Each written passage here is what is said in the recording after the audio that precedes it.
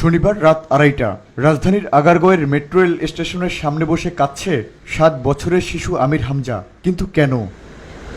এখানে তুমি কেন, মানে কি জন্য আসছিলা? আমি নতুন হস্তে হাওয়াই মিঠাই বেশি। হ্যাঁ, নতুন হস্তে হাওয়াই মিঠাই বেশি। পরে তারপরে আমি টাকার হারাই গেছে দেখা আমি কানতে দেখা। রাজধানীর শেওড়াপাড়ার বাটার গলিতে থাকে হামজা। শনিবার সকালে নানিকে দেওয়ার জন্য তার মা 2000 টাকা দিলে সেই টাকা পথেই হারিয়ে ফেলে সে। 2000 টাকা না নানিরে দিতে কইছি আম্মা। বগরে দিয়ে যাইতেছি নানিকে বাসায়।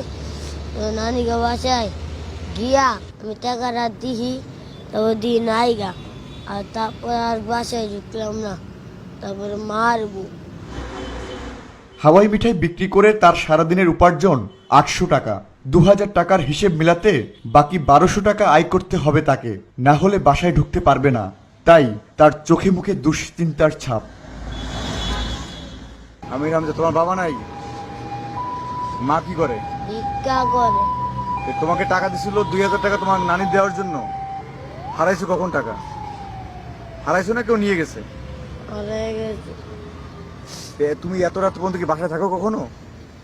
হ্যাঁ, আমি ঘুমাইয়া যেতাম কোন সময়, আমার আম্মা ছাড়া ঘুমাই না। আমি আম্মা ছাড়া এলাকা ঘুমাইতে পারি না দেখা এই জায়গায় কয় আনছে লুডি আনছে, আমি খাইতে যাই না। 3 ভাই বোনের মধ্যে সবার ছোট আমির হামজা। ছোটবেলায় সড়ক দুর্ঘটনায় বাবা মারা যাওয়ার পর মা ও ভাই বোনের আয় দিয়েই চলে তাদের সংসার।